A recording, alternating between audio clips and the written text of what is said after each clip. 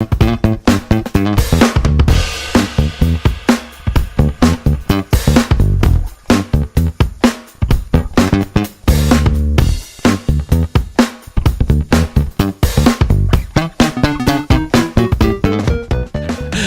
hey there. Welcome to another Toolbox TechTalk.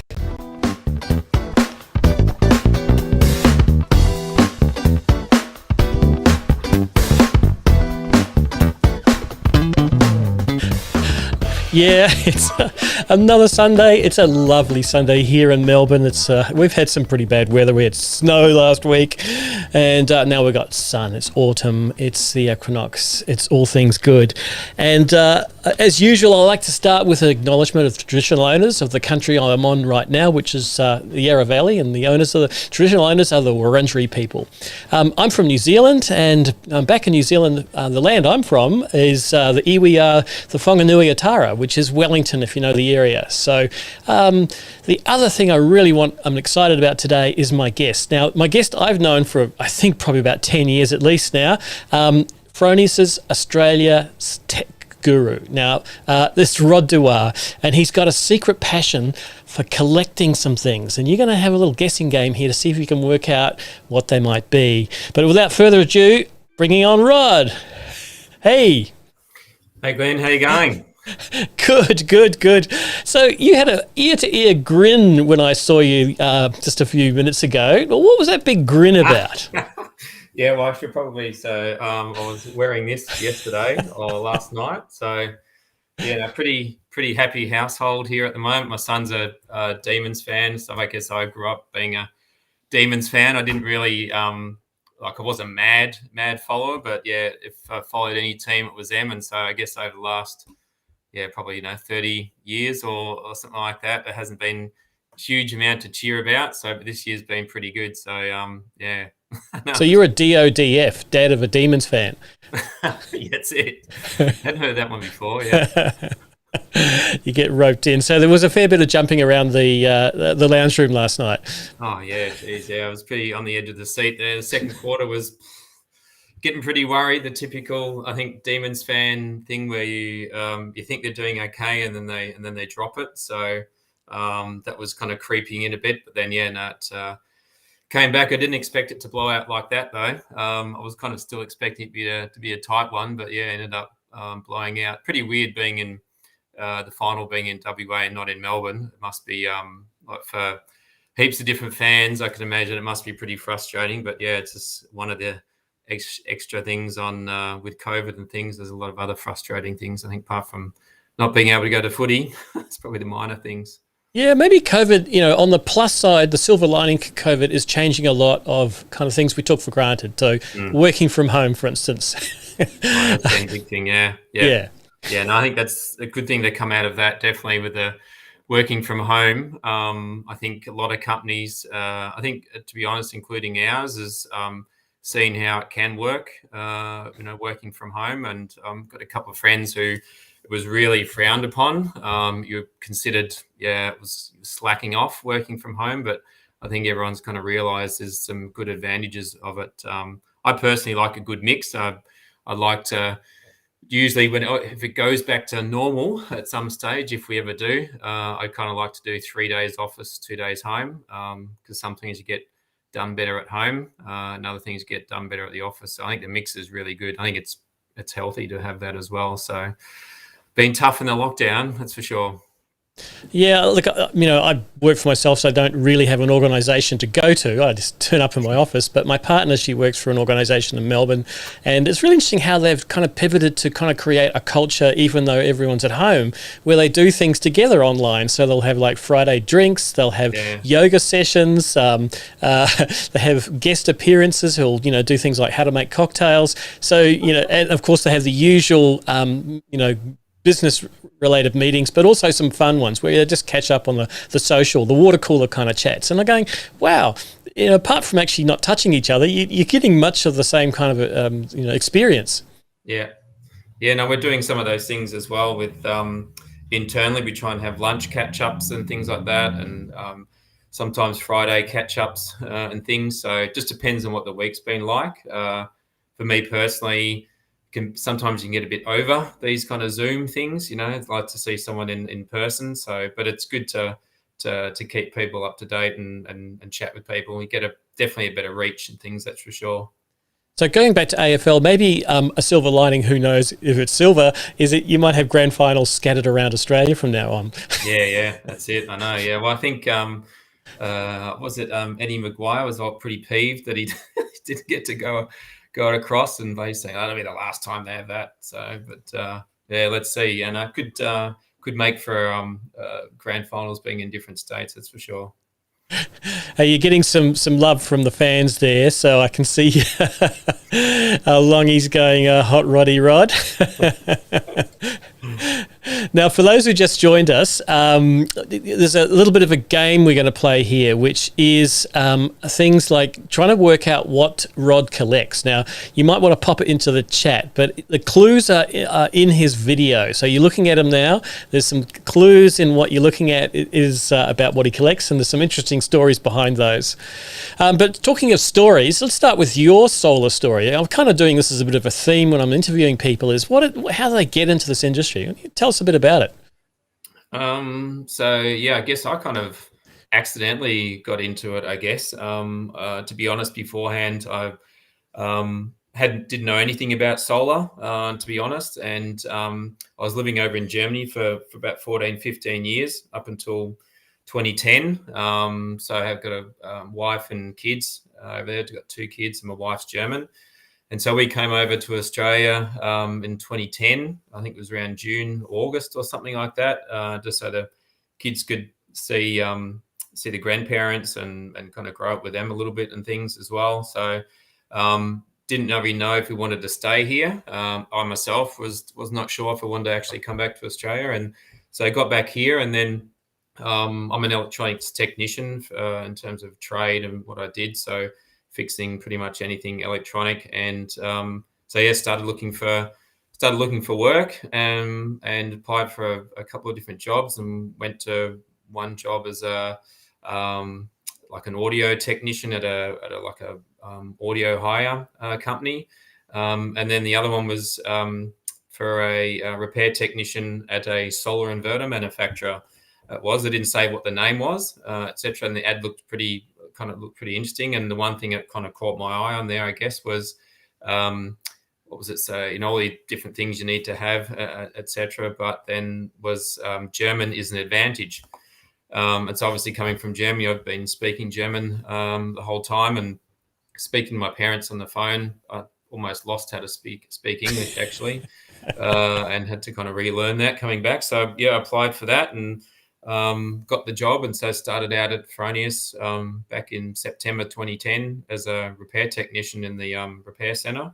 And one of the guys there who started with us, he ended up getting another job somewhere, so I ended up then becoming like a supervisor there pretty quick. And then it was around 2012 or something, then became the first application engineer at Fronius. It wasn't really a position that existed back then at all, and so we kind of created it there. And we called it actually a technical advisor, which no one really knew what the hell that meant, and so we kind of had to reform it to application engineer so that we people knew what we're actually what this position did.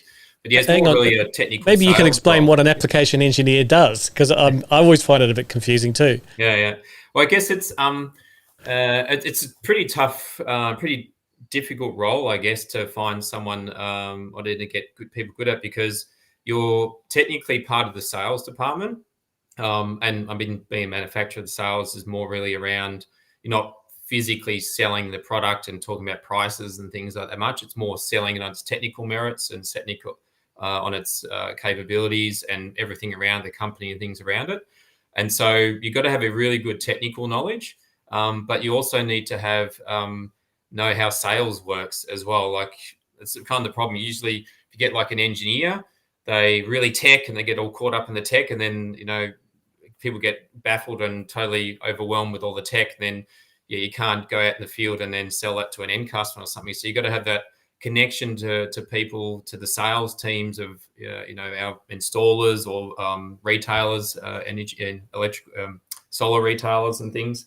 And so you got to have that fine kind of connection between. You got to be social, I guess, like stuff like here. Especially in the solar industry, being the different trade fairs, and then hosting events, being able to talk to people. Because I find that's one of the things which has been good with Fronius, is that being really around the people, being like a people's company. And so really getting to talk and understand what the installers and customers' needs are, etc., while having a good technical knowledge. So it's kind of tricky because, as I said, the engineers get too tricky and then start to go off on tangents. And then if you get sales guys, I've seen that with some other companies. People are in the sales department.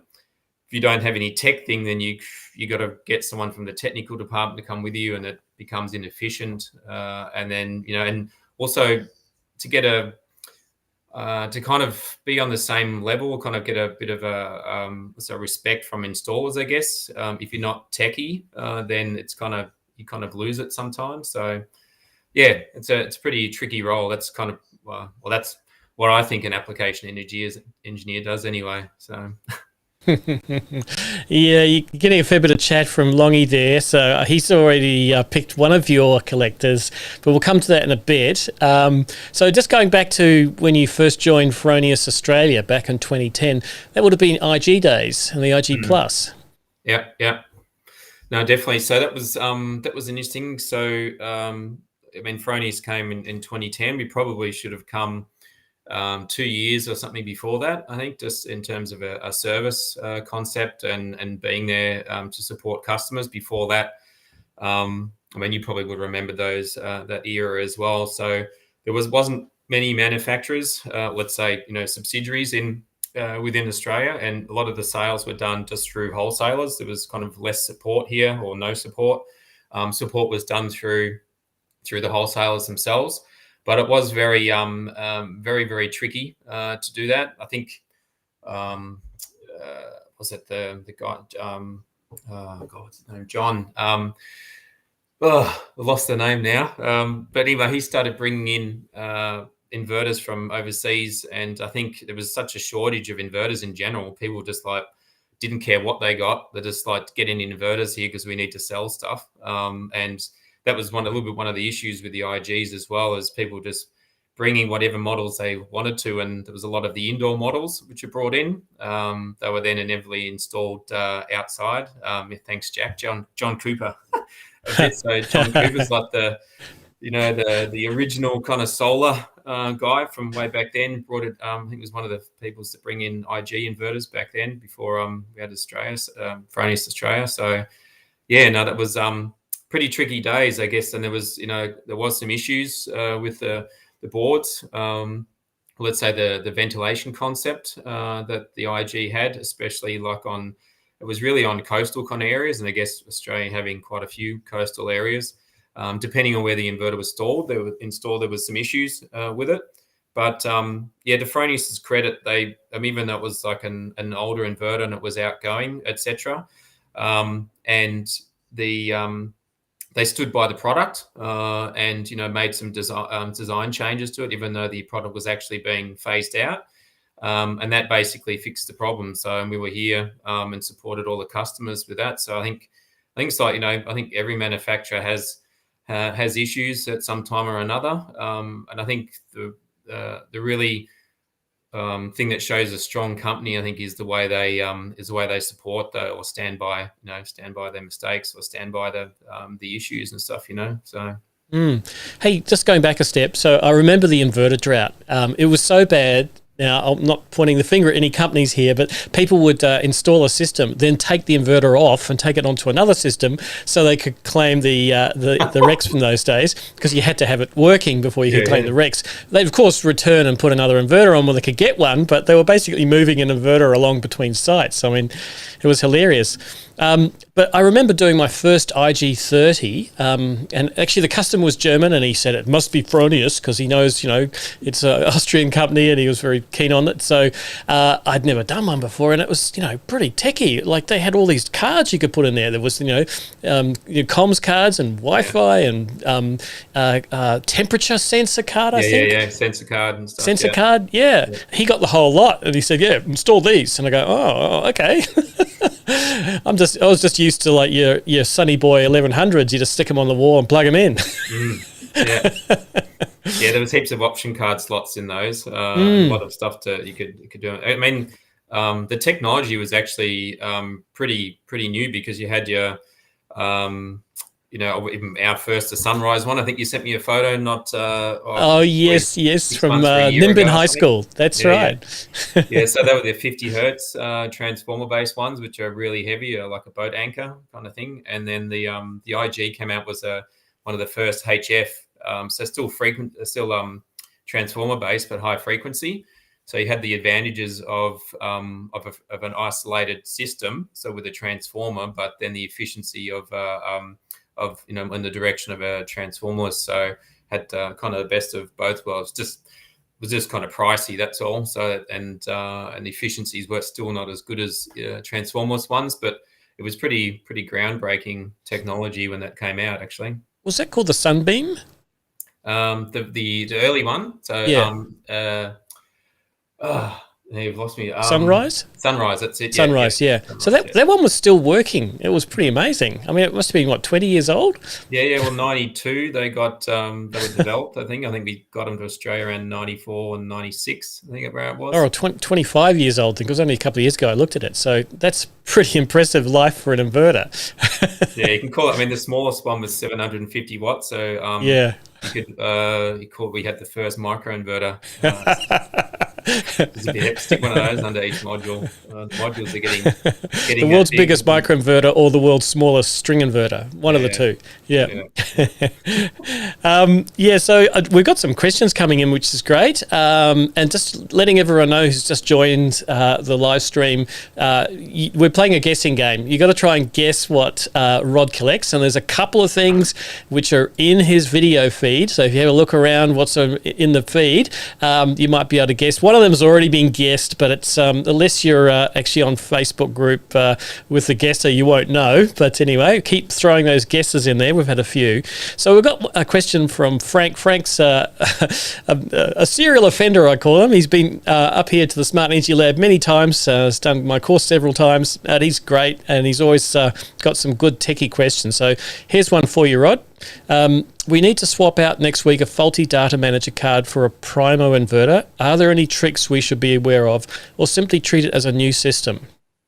So with that, no, there shouldn't be too much. When you go into SolarWeb, what a lot of people don't do or forget is, and they create a new system, is you go under settings and components, and there's the option there to I think it's called swap out there, or change the data logger. And so what it does is it deactivates the old one and allows you to add a new one. So you keep all the data from the old system, and it just deactivates the other one, and you add that one. So you don't need to create a whole new SolarWeb system for it. You just use the old one, and under settings and components, and then devices there, you just add the data logger.id in there. That's all. So. Good. Thanks for that one. And you mentioned SolarWeb there. So for those who are not familiar with SolarWeb, that's the address to it. But it's got a special purpose, hasn't it, Rod? Yeah. So I guess SolarWeb is our monitoring platform that we use. It's collects all the data from the inverters in the field. So for your various different systems. So you can see real-time data in there, archive data. You can do a lot of analysis in terms of your DC and AC components, your power, etc. There's a few other functions in there which we've improved and will still be improving over the next years in terms of your collecting data in order to then look at, let's say, for example, if you want to, if you don't want to have a battery, you don't know if it's worth it or not yet, then you can do battery simulations and things like that as well. So, but it's really good. It's an all-round like good for troubleshooting, also not just for the installer as well. So if the customer reports that they've got an issue with the system, Then it also gives our guys, our tech support guys, also full visualization of that as well. And we can see all lots of stuff in the back end too. So it's sometimes tricky, with the monitoring platforms. I mean, Solar Analytics, I think, is a great platform. There's a lot of few things in there which which we don't have in there, but it does in parallel. We think it should be used with SolarWeb, because we have had some times where installers call up and say, yeah, we've got an issue with the system, blah, blah, blah. And we say, okay, what's the data log ID, or, what's the system name? And they go, oh, no, we've only got on Solar Analytics. And then our guys are kind of blind. We can't see what's going on. And, if it's maybe a firmware related thing or something going on within the inverter, or if it's a system error, makes it kind of tricky. So it gives both sides good access, so our team and the installers themselves. So yeah. Now, I think I'm right here. You've done integration with data analytics with an API, haven't you? Yeah, that's correct. Yeah, just recently. So they're extracting the data from our server and putting it into their portal as well, which is good. So, and we're just doing some work with them to provide the remote disconnect for South Australia as well. So that's something which is just about to be launched fairly soon. So. You got a thank you there from Frank. Sorry, now, Frank. You've actually got SolarWeb on your desktop there. We might bring it up and we'll have a little look around for those who are not familiar with it. So let me just bring that up. Yeah, that's right. So this is one of our employee systems, Pat. So I didn't ask him to get permission to look at this, so I hope he's okay with that. But yeah, you can see this is the real-time data coming in here. If you've got multiple inverter sources, then if you clicked on here, it would show the individual inverter sources. So you can have multiple inverters on there. Here shows you your real-time load. This gets updated about every 10 seconds. And here you can see how much is being fed to the grid. This system doesn't have a battery on here, but if there was a battery, you'd be able to see the state of charge and how much power is going to that. Depending if you've got the premium version of this or not, when you go into like the energy balance, you can actually get prediction of how much it's actually going to produce during the day over the next 2 days. It gives you the data for that. I'll have a look later and see what I can find. Does it use weather forecasting or just based on the size of the system? No, it uses weather forecasting. So we have a forecasting agency that we pay for the data for, and hence that's why if you get the premium function, that's why it costs money, because we have to pay the data center to also then that data center to get the data thing. So it does it for this location for where it is. It gives you the prediction. Then also when you go into like the history chart, like in here, you can actually see what it had produced and what it should have produced, etc. So we're going to do some more improvements around that as well. So under analysis, you can also, this is more for, let's say, installers and things. You can select, that's called doing some tests on here, but various different channels and things, DC current on each tracker, AC current, you can see apparent power, the power factor, the inverter power factor of the site, all sorts of other voltages and things in there. If you've got a battery, you can also see other types of things on there too. So now it's good analysis tool in there. And then this is the simulation part here. So you basically to do the simulation, this is why we believe each system should have what we call a smart meter. So it's a Fronius smart meter. It's probably not the greatest name to have, or naming of a meter in Australia, I guess, with our smart meters, because people get confused with that. But it's basically an energy meter that records the interaction with the grid, so your grid import and export. And with that, you obviously need something like that for export limiting. But even if you don't have export limitings, or if it's not necessary on your site, gathering all that data is great for going forward if someone wants to put on a battery later. So this kind of gives you an example here. So this system here is, he has a self-sufficiency of 40%. And I think we've got a frozen screen on your shared screen. I'm just going to take it off and bring it back on again. Actually, you might want to unshare it and reshare it, because it's just got that same graph the whole time. All right. Yeah, so there we go. And we're going to have a question directly relating to adding a battery to a system in a minute. So I can see that comes in from Naeem Najaifi. And okay, that's better, Rod. So we'll bring that back on. So this is the one you were just describing where you can see the level of self-sufficiency as a percentage in the middle of the screen. Yeah, that's right. So when we talk about self-sufficiency, it can be quite confusing, self-sufficiency versus self-consumption. So self-sufficiency is how much of the renewable energy compared to what you're using from the grid that you're actually using. So how dependent you are on the grid. And so out of all your energy consumption, 40% it is coming from your solar and 60% is coming from the grid. And then the self-consumption is how much of your renewable energy you're actually using yourself and how much you're feeding into the grid. So it can be, they're not the same thing. Some people think they're the same, but they're not. I mean, probably preaching to the choir, telling you that. But and what you can do here, this is all the battery options that we have. It's not fully complete yet because you can have multiple batteries here, but let's go for one of the bigger BYD ones here, and then you do simulate. And that now tells you that your self-sufficiency now will increase to roughly 78% if you add that battery size. And if you're using backup, so let's say you change that to, you want to keep a certain amount of percentage in backup, you can use that in your calculation as well. So this one doesn't seem to have changed it very much on here, but that takes that into account as well. So this works best once you've got the Fronius smart meter installed. You've got some historical data, and then you apply different storage options to that. Yeah, that's right. Yeah, so you need to have the smart meter. That's where you gather all the data in there. So you can see here it tells you obviously how much you've each day, how much you've consumed directly. So that's from a production perspective. So that's your self-consumption, and then you go to your consumption tab and your self-sufficiency. So how dependent you are on the grid. Yeah, and it uses all that data to do those calculations. Yeah. Nice. Now we've got a question relating to this. I'll just take this off the screen and bring the question on. So this is from Naeem, and he's asking, he calls it a hairy question. Can we install a Primo Gen 24 with battery on one phase of split phase system and a Primo on the other phase with the 480 UL smart meter to let the battery charge-discharge over the two phases? Yep, no, you can do that. You can, yeah. If you use the 480 volt UL meter, you can, because it looks at the net sum of both the phases. Just gets a little bit tricky if you need to do export limiting on a site like that.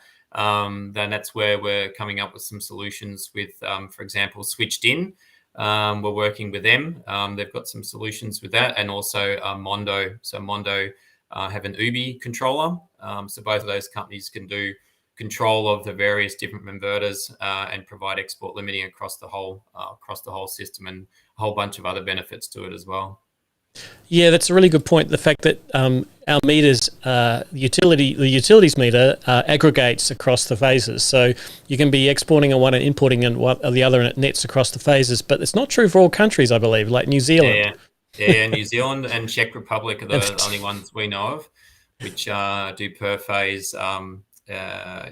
Basic billing, which makes it very, very difficult for three-phase sites, for example, and obviously two-phase as well makes it tricky. And I think the latest I heard, though, there's a big push in New Zealand to try and get that changed. Obviously, the lines companies and a whole bunch of energy retailers are not so keen on that. But there's a big push from CANS. CANS is working pretty hard on that with some other government officials to try and somehow get that changed. So, yeah. I think it's a historical anomaly. It was around before solar. So just solar kind of is creating a problem, well, for the customer anyway. Yeah. No, definitely 100%. Yeah. It's not that you have a cheaper phase, like your red phase is, a certain price and your white phase is a different price.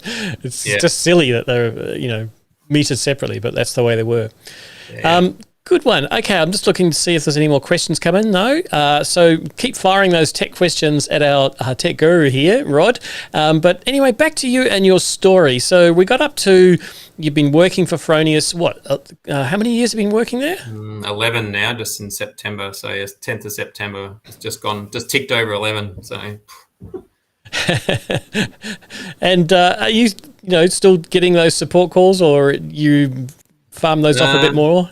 Yeah, well, Keisha got me to change my number once already. So, and now one of my colleagues, Dimmy, he's got my old number. So I'm not sure how happy he is about that. It was dormant for a year or two, something, and then the number, obviously, we still had it, and he took it. So still, funnily enough, get some people ring up. He picks the phone up. They go, "Oh, hey, Rod, blah, blah, blah, blah." And he's like, "No, you mustn't have called Rod for quite a while, because it's been probably 4 years now, or something, 3 or 4 years since I've had a different number." So, yeah. Now, Coit has just put a really curious comment here. Do you know, Coit, in the rearview mirror? Not quite sure what he's referring to there. So the IG Plus was the extension of the IG series with that removable power module. That was kind of a pretty interesting design, wasn't it?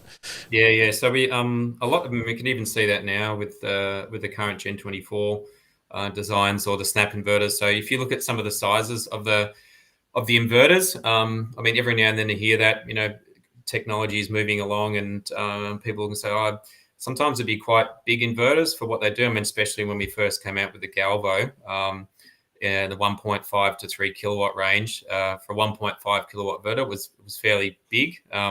Same with the IG pluses. So some of those, the V3s, which the 3-phase ones had, like people used to call them like a hot water service rather than an inverter. And the main reason for that, I mean, we could have made them a lot smaller, but is really for serviceability. We just need to speak to some of the car mechanics and things nowadays. It's a nightmare trying to fix some cars. I've heard of, to change a light bulb in the car, you got to take the whole mud guard off and all sorts of things like that. So I guess when we manufacture the inverters, we always, because the service concept is always a massive part of what we believe inverter should have, like an easy, straightforward, and cost-effective service concept. It takes space. So it takes space. So that's where that kind of came from there. So yeah. So this kind of brings me to the next question, which is, why is Fronius so popular in Australia? Why are Fronius inverters so popular in Australia? I know globally, you're not a massive power in the inverter market. You're a strong one, but Australia, you just dominate, and certainly in the quality end of the market. Look, I think it's various factors. I don't think there's one single factor. I think a couple of things with probably started picking up. I mean, first of all, the fact that we set up a subsidiary in Australia in 2010, that really kind of started to help slowly along. But I think what's kind of got the breakthrough a bit more was the bringing out the snap inverter range. So that was in 2013 with the Galvo. Obviously, it wasn't exactly the model that was needed. We needed at that particular time where everyone was getting into the 4 and 5 kilowatts range, and so that went up to 3. But then after that, then the Simo, which was the 3-phase ones from 3 to 8, and then the Primo, which was the larger single-phase one in 2015. So I think part of the design, I think I remember speaking to a few people when we showed the design. I mean, you had Rowan McGlue recently on the show. I remember we were showing him when the Galvas were coming out. We sent him the covers, and we showed him a few things, and like a pre-series one, and he was wrapped. He said, "Oh man, this is awesome. This looks really cool," and things. And at that particular time, the finish we had on it was a real glossy, silver glossy one. And we went away from that. I mean, that was the original plan, but because it was quite expensive to produce that lacquer or that paint, and also in terms of how it was going in the weather, we changed it for a more what do you call it, matte type finish and things. Remember when Rowan first saw it, then he was like, "Oh, you promised me a space pack, like a jet pack, and now I've got a vacuum cleaner." So it was a bit, but still, it was the design was great with that. And the other thing I think which we put a lot of effort in was the DC isolator. So there's a lot of talks around DC isolators. You can have it integrated, but the standards committee, or was made up with various different rules that had to be mechanically interlocked, and it had to do this and had to do that, and IP2X and all this kind of stuff, and it's kind of quite tricky. And so our guys were looked at that, and then managed to come up with an idea that would work. So I think that really helped, because we were always pushing. I mean, even since the IG pluses, that we should really be using integrated isolators. And as you know yourself, it's been a long road getting there, because it's safer, less points of contact. You've got like a device or a component in there which has gone through various testing. Less installer error and things with that. And let's say if anything did happen to it, it's encapsulated in a tested environment. All the inverters need to be tested as IEC 62109, which is then lots of safety tests around flammability and all these kind of things. So there's a lot of advantages in it. So I think that was a big thing, and also it made for a neater install. I think we got a lot of feedback that they thought was pretty good with being neat. I think one of the other things about that product range with the Snap inverters was the integrated Wi-Fi in there. Back then, even with the IG and IG Plus series, you could get it online. You had like a data logger web, and you had a comms card, and then you had to hardwire it and all this kind of stuff. And by the end of the day, you didn't have much change out of $1,000, and it was still important. We thought, you should really be monitoring every system, but it was really hard to justify the cost for that. And so there was actually internally lots of debate. So the data manager card probably kind of revolutionized all that. So instead of having a separate data logger and a separate card, it was all compacted onto the one thing. And that was a slot-in card. And so the same with the Snap inverters, it was an optional thing. So Fronius Australia and Adrian Naron, I remember from back then, was really pushing hard to have that. We don't want it an optional thing. We want to have it integrated. We want it to be, if it costs a bit more, then let's do that. But we can maybe keep the cost down if we get the volume, etc. So Australia was really instrumental in getting that to be not an optional thing. And then so it pretty much came out with that. And there wasn't many other inverters, I think, that really had that. I think even SMA had like another plug-in card you had to do, or they still had the web box or something. And there was an awful thing with BP Solar brought out, which is a little kind of green thing you stuck on the wall that didn't attach to the wall very well, and it gave you some basic data, but it wasn't logging. It was just telling you the actual production. So it wasn't doing much more than what the screen was doing. Hey, lots of questions are coming in, so I better throw some of these before they run off my screen. So Michael, hang on, here we go. So Michael Gorman, he says, "Hi, I noticed my power bill, import and export, is different to what my Fronius app states. What do you think that is?" That's a tricky one. It could be various things. So our data on our platform, so the meter has an accuracy of plus minus 1% in terms of that. So depends if it's a CT meter or a direct connect meter. Need to look at that. Also, there'll always be some kind of inaccuracy. It just depends on what kind of percentage. The utility meter, so from the utility, the retailer, that can also have a certain percentage. Some of the other things that can also do, our inverters, they're not like to keep the cost down, they're not a fully calibrated thing in terms of power. So your voltage calibration on the actual inverter production, that's plus minus 1%. Currents similar to kind of that, but the power, once you add it all together, you're looking at around a 3% on the actual inverter power. So that could be in either direction. And another thing which we've kind of seen a few times, so we've had this covered up a couple of times.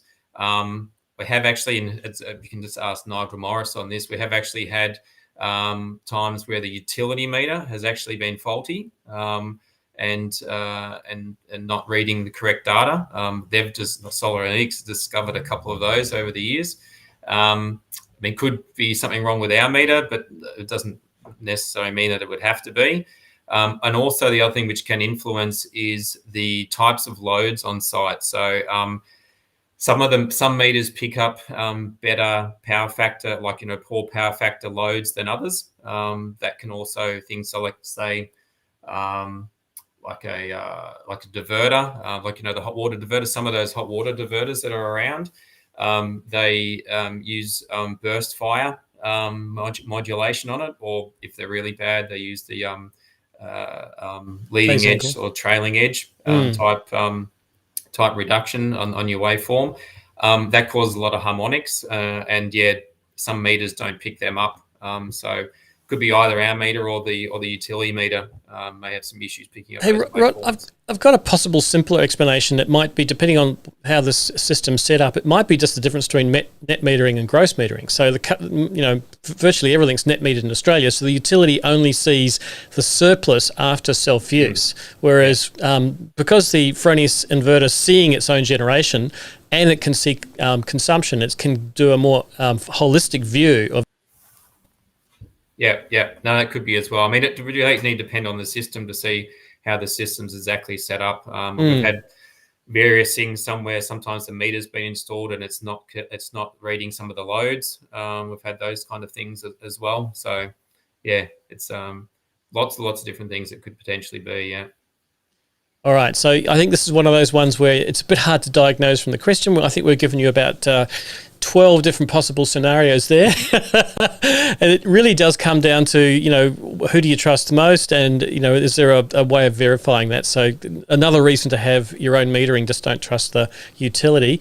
There's a comment or an idea from Frank here. So Frank's a pretty smart cookie. Could we use the output of the Fronius smart meter to communicate production to, say, an Arduino for processing, and then an AC dread control for PV production momentarily drops due to, say, a cloud pattern? Now, I think he's talking about load control with dread, so demand response enabled devices. Yeah, so what you could do if you're using Arduino, then I haven't used them much myself, but on the inverter, if you've got it's not the meter data. Everything's available via the data manager. So we have various kind of interfaces on. We have Modbus, RTU, although if you've got the smart meter, that's disabled, but Modbus TCP, so you can read that via Ethernet or a network. So there's a whole bunch of Modbus registers. We've got documentation around that. And we also have a local solar API. So that's a JSON API where you can read out your inverter data, the meter data, or if there's battery, there you can read that out as well, or if there's sensor data, all that can be read out, those values, and then you can use those values to do some control with your devices. You can also control the inverter. We have I/O inputs on there, so you can control the output of the inverter to 1% increments, and also via Modbus you can also do controls with the inverter. So it sounds like, as I said, I'm not an expert on Arduino, but I'm pretty sure you could probably read JSON scripts and things with that. Yeah, there's plenty of hats you can put on to interface with different protocols, whether it's Modbus, TCP over IP over Ethernet, etc. So no problems there. So the open API thing is great, and I noticed that with Victron, for instance, you've got close integration. So on any of my Victron GX devices, I can see all of my Fronius inverters here at the lab. It's amazing. Yeah, that's good, and they've done a good job of integrating that. Like it does like an auto discover. It picks up the protocol and knows where it is, finds the IP address for you and everything. Yeah, it's cool. Yeah, that is really nice. I'm looking through these questions here. Just a follow-up on that metering one. This is from Rez. Rez is a friend of mine. He actually lives here at the co-op. So I'm curious how different data for import and export is. If it is within the calibration parameters, it should be fine. But from what I hear, it should not be more than 5 to 10%. Yeah, that's probably correct. Yeah, it shouldn't be more than that. Yeah, if you're getting more than that, then it could be something not right. Yeah. I mean, there's a requirement for utility meters. I think it's 1% accuracy. It's pretty tight. And if you're creating large scale generation certificates, you've got to meet that requirement too for your reporting. So you need that. Yeah. High level. You got a thank you from Frank for that one. Good. Yep, cool. Now we've got some more questions coming in. I'm just going to back up a bit here, see if I missed them. Yes, so this one's from Steve. So Steve's asking, can we use 32 amp on an 8.2 Primo? 32 amp. Cool. I think he's talking about the AC breaker. Yeah. I think that's probably a bit tight, I would say, on that. I mean, probably have to do the calcs on it. What have we got at the... Erasure. The thing is, pick your grid voltage, whatever you want. How low can you go? Go to New Zealand where it's 230. No, I wouldn't do. I mean, even at 230, getting 35 amps, definitely wouldn't do a 32. Yeah. In New Zealand, it's going to pop. Even if you've got high grid voltage, so the let's say you're sitting around 240, 250, still, you want to put in a kind of rule of thumb is, about 1.2 times your AC is sometimes good to have, because you get the circuit breaker will derate depending where it's in the switchboard as well. If it's in an outdoor switchboard that gets a bit of sun, then it'll be even worse. And also your cable, so you want to have a decent cable size with that as well. So which then forces you to to have a certain breaker. So 32 would be way too small. Yeah. I've been caught out by this too, just taking it too close to the mark, even though it's within the regs, but not allowing for, think thermal derate tolerance, low grid voltage, cloud edge effect, all those things adding up to going pop. And then the customer doesn't even know that their inverter's not on. So, they first thing they notice is 3 months down the track when they get a bill, it's gone up a whole lot. And usually they complain to their retailer, and eventually they realize there's no solar export.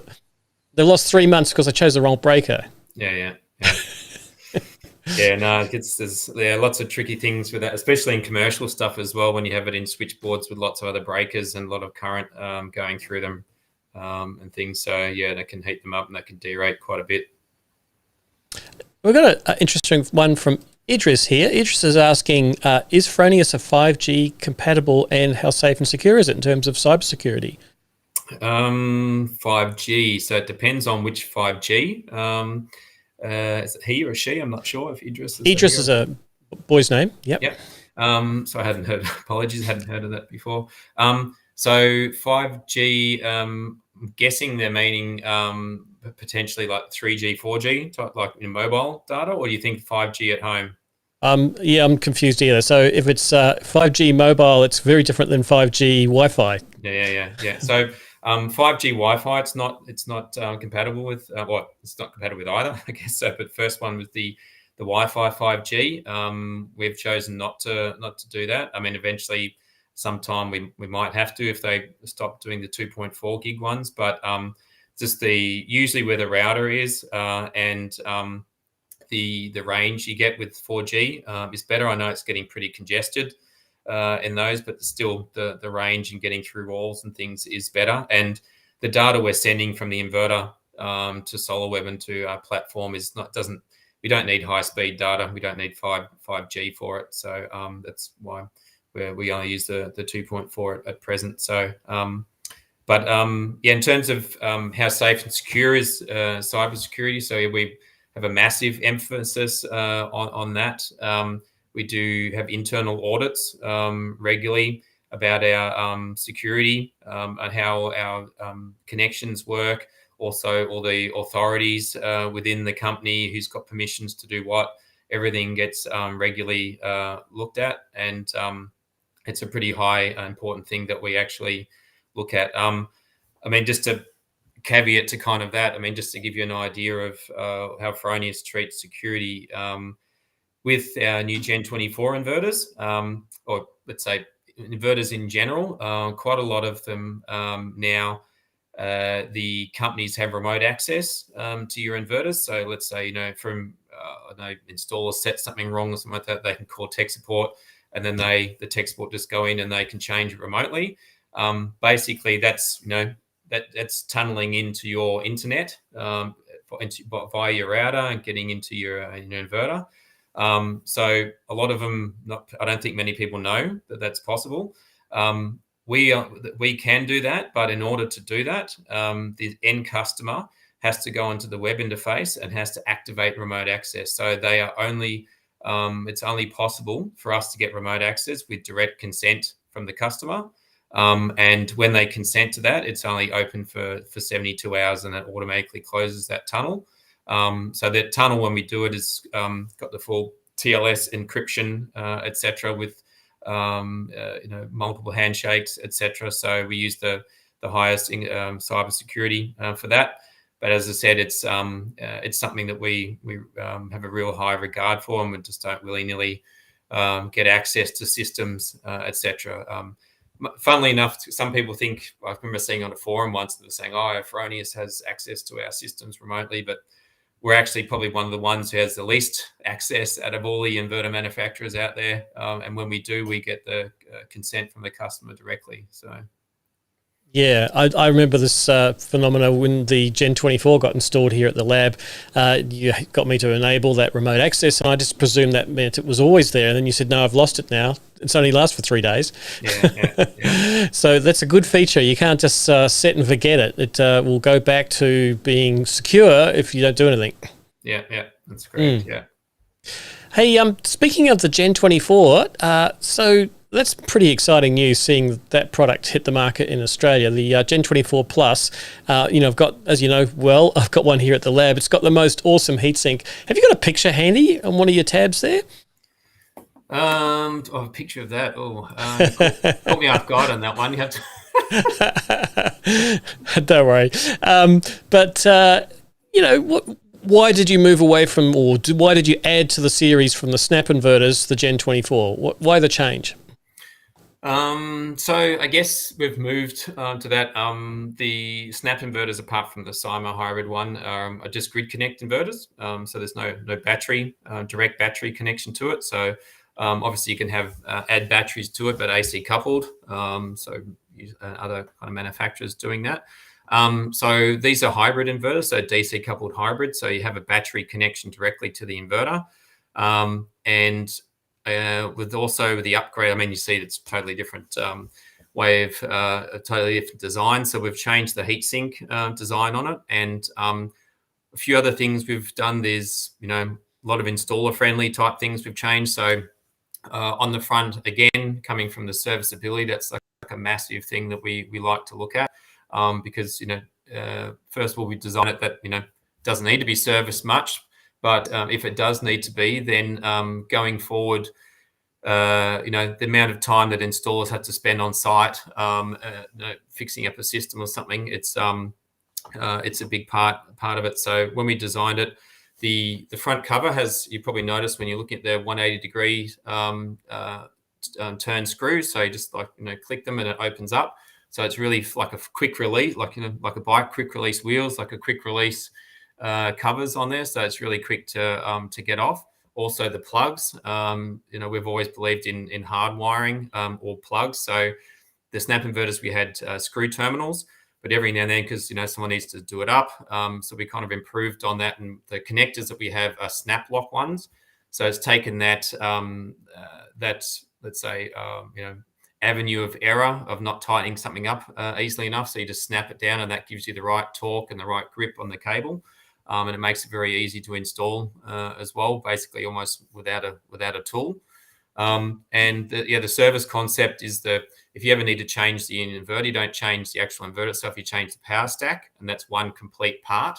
So it's like six or seven screws, and that complete part can also, going forward, looking at if people keep them as like a spare part. One of the things we really push with our FSP, so Fronius Solution Partners, is being able to repair the inverters on site. So you can always do a full inverter exchange, but again, with the Gen 24, you can do a part exchange, and this time you've got less parts. It's just the main internal part of it, and that would mean you can actually go out to site with that part already, and if you do need to swap it out, then you've got it there. You're not needing to do the two site visits, which is a lot of the time with a lot of other companies. You need to go outside, do your testing, do all that stuff, then go back, wait for the exchange inverter to come back, and all those kind of things. So yeah. serviceability. So look, my electrician, when she installed the Gen 24, she was so excited. She said, "My God, this is easy to install." Those quick release screws. You don't spend half your life with a powered driver undoing them and often losing them because they fall out. I remember doing an Outback. What was it called now? The Radiant. It had 24 screws on the front cover. Wow. To get to any connection at all, you had to undo 24 self-tapping metal threaded screws. So it was a nightmare, and you always lost one or two. So you got to tell how many times it's been serviced by how many screws are left. But yeah, and just the layout is so nice on the Gen 24 down the bottom there. The segregation of your data, or your AC and your DC, it's so kind of safe. Basically, you just can't get things mixed up. It's a really nice feature.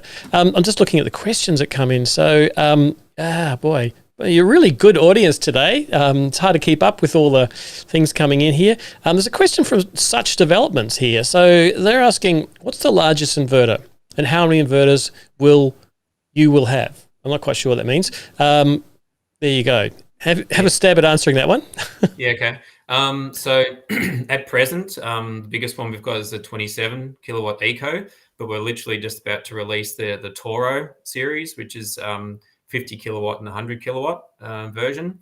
Again, we've looked at trying to be flexible with those. So you've got two versions with that. One's called the D version, which is short for direct connect, meaning that all the strings come into them. So you've got MC4 connects, etc. And then we've got the P version, which is the pre-combined. So that was where you would have like a combiner box in the field or on a roof or whatever you want to do. And then you want one or two main DC cables into the inverter.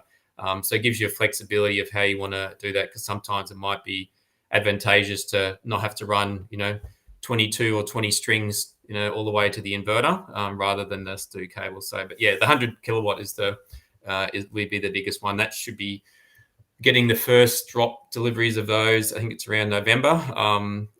Not huge numbers to start off with. I'm not too much part of that sales team that knows all the numbers and things, but yeah, that's when they're coming. But the sales partners should be able to give you more information on that. And another question from Brendan. This is probably an easy one for you. Is there an external aerial kit for the Fronius? I think it's supposed to be 8.2. So we don't have one ourselves, but what some people have used in the past, I'm guessing if this is because the poor Wi-Fi signal are getting thing. So yeah, if you give our tech support guys an email, they can help you out with some recommendations. So we don't have a kit ourselves, but it's pretty easy. You can buy, there's a kit, an RG58 type cable kit with funnily enough, the name of the connector is an SMA connector. Yeah, on the end. It's not a German inverter. It's a type of connector. Yeah. So it uses the SMA connector type, and with those you can get like a 2 or a 5 meter, or I think 10 meter extension for that, and you literally just unscrew the antenna off the data manager itself, and you plop that on the end of the cable. So that's been used quite often for, let's say, the inverters in a tin shed, which is acts like a Faraday cage. Then you just need to get the antenna outside of the shed, and then away you go. So that's been used quite often. They're pretty easy to get hold of. So, but yeah, just send an email to our tech support, and they can send you some example links of where they are. Now you mentioned the magical tech support. I did prepare something in case anyone wants the details. So there's the phone number if you want to ring if you're in Australia. So it's a Melbourne number. And if you're like to do things by email, they've also got an Australian-based email address too. So that's the Australian-based email, pv-support-australia@fronius.com. Now, Fronius, coming back to the company, how long's Fronius been around for? Good. What year we got now? I think around 76 years, 75, 76. We had the 75 anniversary just recently. So I probably should know this off by heart, but it's definitely really old. I think I know. So 1945 was when it started. So let's work from there. 55 plus 21, that's 76. There we go. Yeah, but it wasn't making inverters, was it? No. So I mean, that's I guess that's one of the things I really love about Fronius, is it's still a family-owned company. Like, I think we have about 5,500, 6,000 employees or something now, and it's a big family. Still family owned. The daughter or granddaughter, this is Elizabeth Strauss. She's the CEO and runs the company. But it was founded by Gunter Fronius back in 1945. Came from Poland to Austria and was an engineer, and started developing. The first thing was battery chargers, really. So one thing he thought that was, cars have batteries, and if they go flat, people used to throw the batteries away. And he was like, this can't really be sustainable and things. So he was right up with the tech in terms of battery chargers and things. He didn't solely invent the battery charger, but he was pretty instrumental in developing that kind of technology. And started out with that, and then I think it was maybe 10 years later or something, I can't remember what it was, then started with welding. God, it's been a while since I've talked about this, but so he started out with welding, and then took off with that, and then solar's been since 92. So it's got the three divisions, or as we officially should call it, business units, but I like to call them divisions. So but they kind of complement each other a fair bit, because it's all about the conversion of energy, either DC to AC, AC to DC, and there's a lot of various different things. It sounds like Fronius is getting in first in all three things. So in terms of battery chargers, certainly sophisticated welding, inverter-based welding systems, and then solar inverters in 92. That would have been very early days. Yeah. So the welding thing had some pretty good milestones as well. Like the one that we kind of learned about was when they were trying to make cars lighter, etc., trying to really work out how can we reduce the weight on these things. And one of the biggest roadblocks kind of was getting more aluminium into the car. And in order to do that, you need to be able to weld aluminium and steel, and that wasn't possible. It was tried for many years, and even Fronius, I think they've spent good 7 to 10 years trying to invent it, and with many times almost giving up, etc. But Klaus Fronius and Brigitte Fronius were the sons and daughters of Gunter. They were running the company at the time, and they kind of pushed R&D and said, no, we can do it, and believed in them. And being a family-owned company, you could do that. Probably if you're public listed, you'd be, if that idea was not finished in 2 years, let's get rid of it.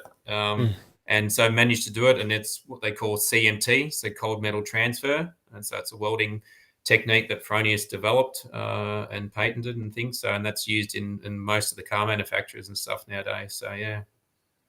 Wow. Hey, I'm going to go back to that little game we were playing at the beginning, trying to guess what you might want to prepare a picture if you've got it handy. So you might have to stop sharing your browser and share that picture if you've got it handy. In fact, it's a website, so you probably just bring that up. On here. Yeah, good one. So one person guessed, which it was, of course, Jack Longy Long. So, and what it is boom boxes. Now, tell me about this picture.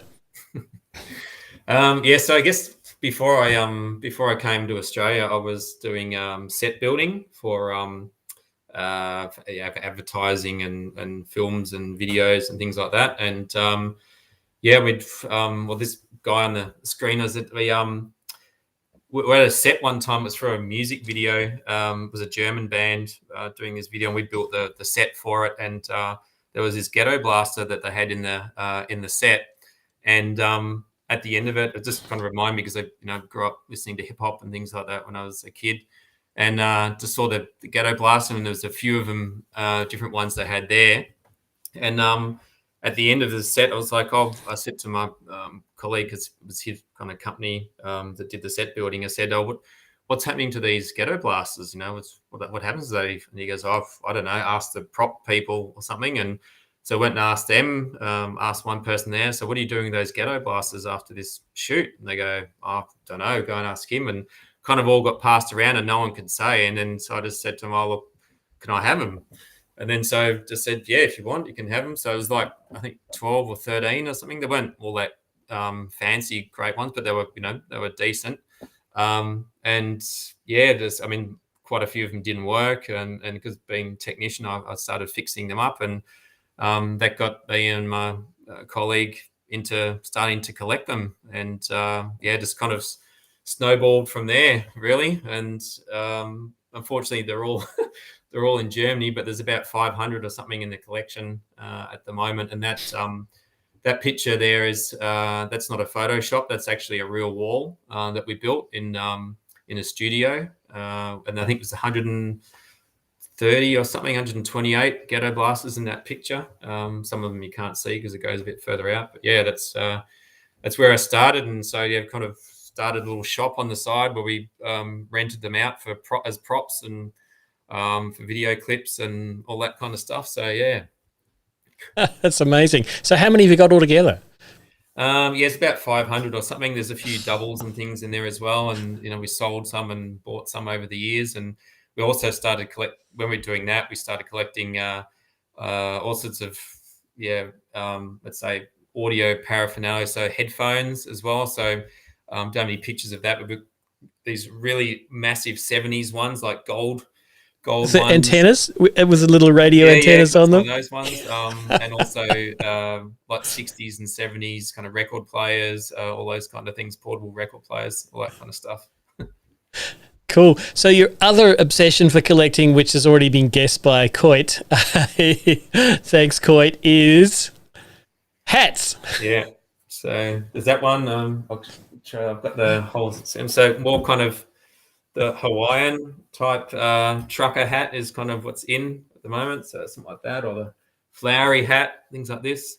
Keisha will have a nice laugh at this one. So every time I saw the different caps and things. So you got one for every day of the week and a few more. Speaking of Naranjo, so Adrian Naranjo, he's the MD of Fronius USA. And so I usually shop on eBay US sometimes and get them sent to his place. So he gets a few packages with the hats and then sends them over when he comes over, which is not that often at the moment with COVID, but yeah. Hey, by the way, you probably have noticed this, but every time we get stuck for an answer, Jack writes it in the comments. So he's been answering all these questions for us. So yeah, Gunter Fronius, yes, 1945, yes, the brands of products. It's good to have that on-screen support. But look, we're coming towards the end of things today, and I'm just making sure we covered all the stuff I wanted to talk about. So just coming back to the Gen 24 Plus, which is kind of the number one exciting product at the moment for Fronius. What else is special about the Plus other than that it's got a cool heatsink? I guess the the battery capability being DC coupled, you can oversize the systems with the DC without affecting the AC side, because a lot of grid regulations about the capacity on the AC side. So there's a lot of advantages with that. Also the efficiency of it. So I can bring that up. I don't know if they did it in English, but I brought up this website. So there's a independent institute that tests for storage systems in Berlin, and so we've been part of these tests here. And I'll see if I can make it zoom it in here. Yeah, I'll make it bigger for you. There you go. So there's an institute. This looks at the round trip and the whole efficiency of a storage system. So I think a lot of the time this kind of gets underestimated. So people look at the price and the power you can do, and they also look at the energy storage and things. But as a part of the whole efficiency thing, you need to look at the whole system as a whole. And so there's been independent tests on that. So with the Simo, we came up second on that, and with the Primo, we came. Where is it?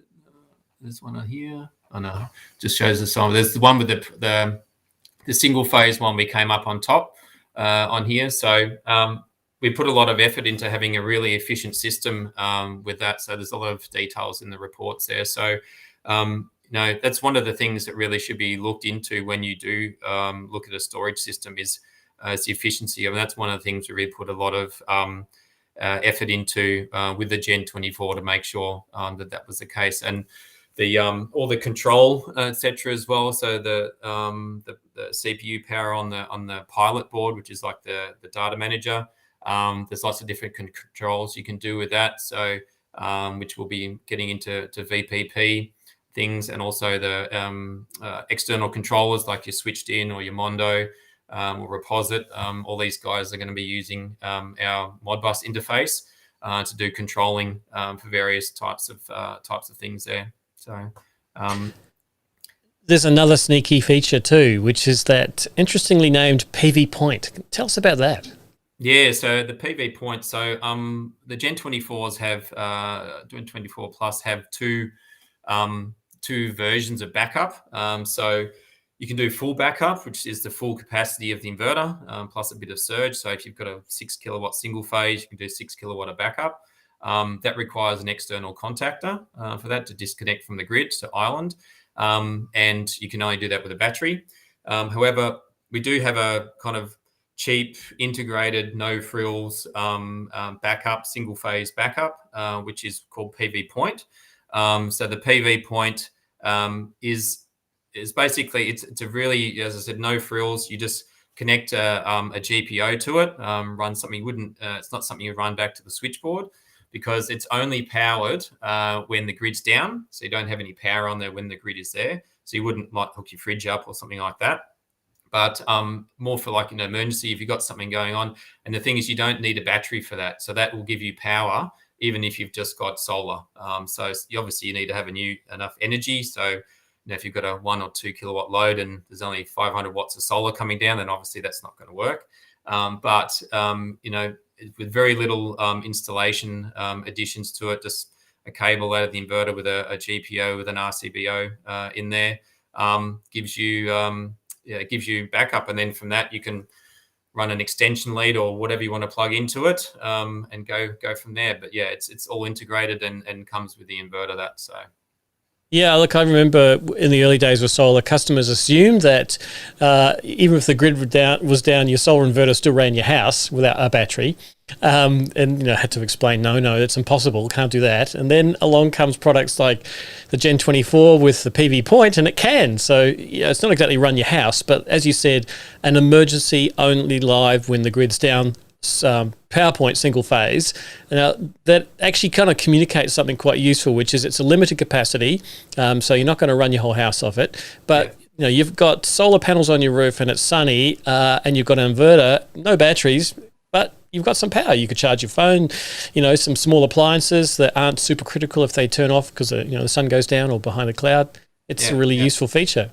Yeah. So it's a 3 kVA output on the PV Point. Yeah. Now, you got a Dorothy Dix question here from Longy. The dynamic peak manager, yeah. Yeah, so I mean, you've probably seen a fair bit of that. There's been a lot of discussions around that recently, I guess, around microinverters and DC optimizers and shading and string inverters and how that kind of works, I guess. So there's, a lot of myths. So look, I think optimizers and microinverters have their place in certain conditions or certain things, but I think there was a big not as, let's say, enough knowledge about what a string inverter can do in terms of tackling shade and things. So there's been a few people do some tests on that. We've done our own tests and things as well, but some independent tests, also installers in Australia that have done some testing on it.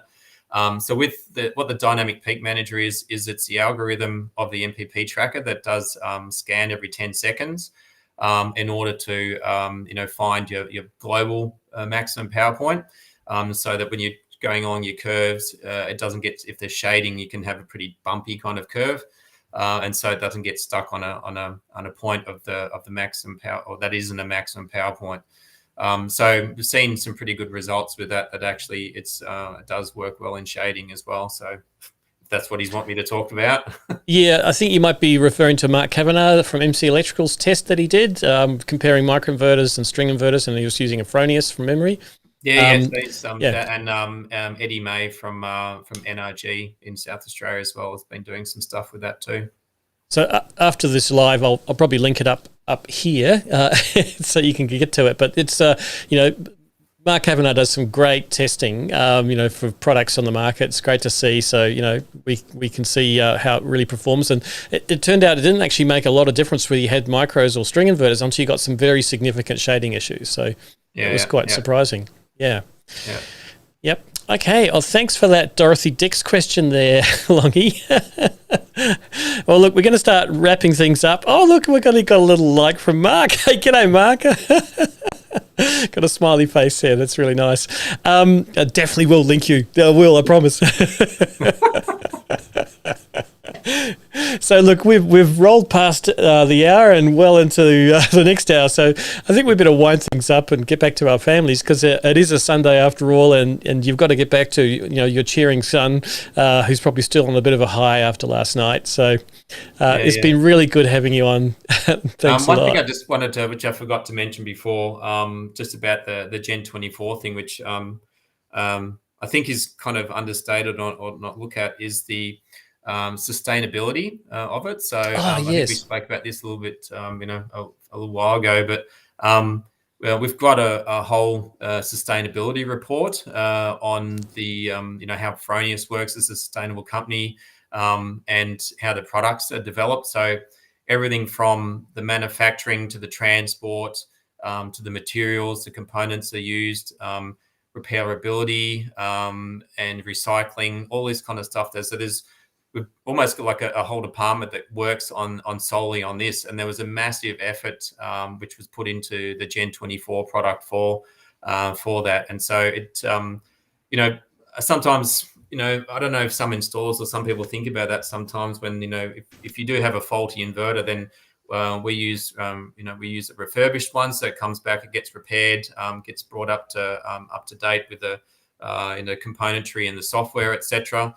If something needs to be fixed, it does, and that gets used as a replacement inverter. And we always send something out which is the same age as the current faulty one. But I hear from multiple other manufacturers that just send out a brand new inverter, and it makes you wonder, okay, what happens to the old one?